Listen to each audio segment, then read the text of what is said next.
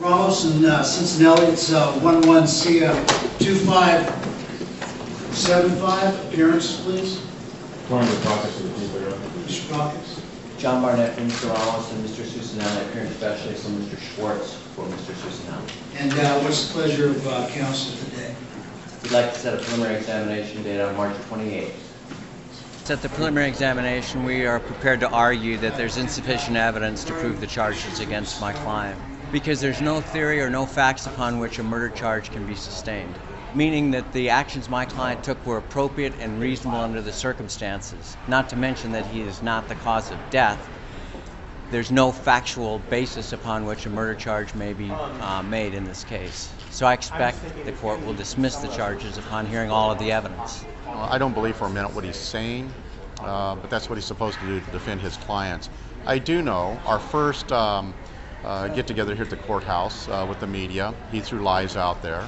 He threw lies out there again this morning about saying how Kelly was known as Crazy Kelly in the community. Everybody knew that and knew that Kelly carried a hatchet around with him.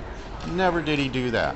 I was also informed through legal counsel this morning that he can say all the lies he wants in defense of his clients. So be ready for that. He's going to throw lies after lies after lies, and it's up to me, and I will sit there in the courtroom every day, take my notes, give them to the DA, and dispute his lies. My client confronted a non-compliant suspect.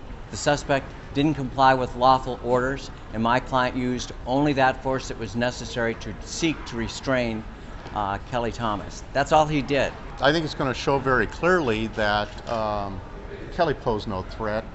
It was very clear from the DA's description. That was seen on the video. He stood up, his palms out, posed no threat to anybody, and literally ran for his life. Remember that Ramos talked to Kelly for probably, what was it, 15, 17 minutes, something like that, and then did the whole glove thing and told him what he was going to do to Kelly, and then started doing it. So Kelly ran for his life, in fear for his life. He did what he was required to do, and nothing more. And so that cannot be a crime, much less murder. So it's going to be very interesting to see how it plays out.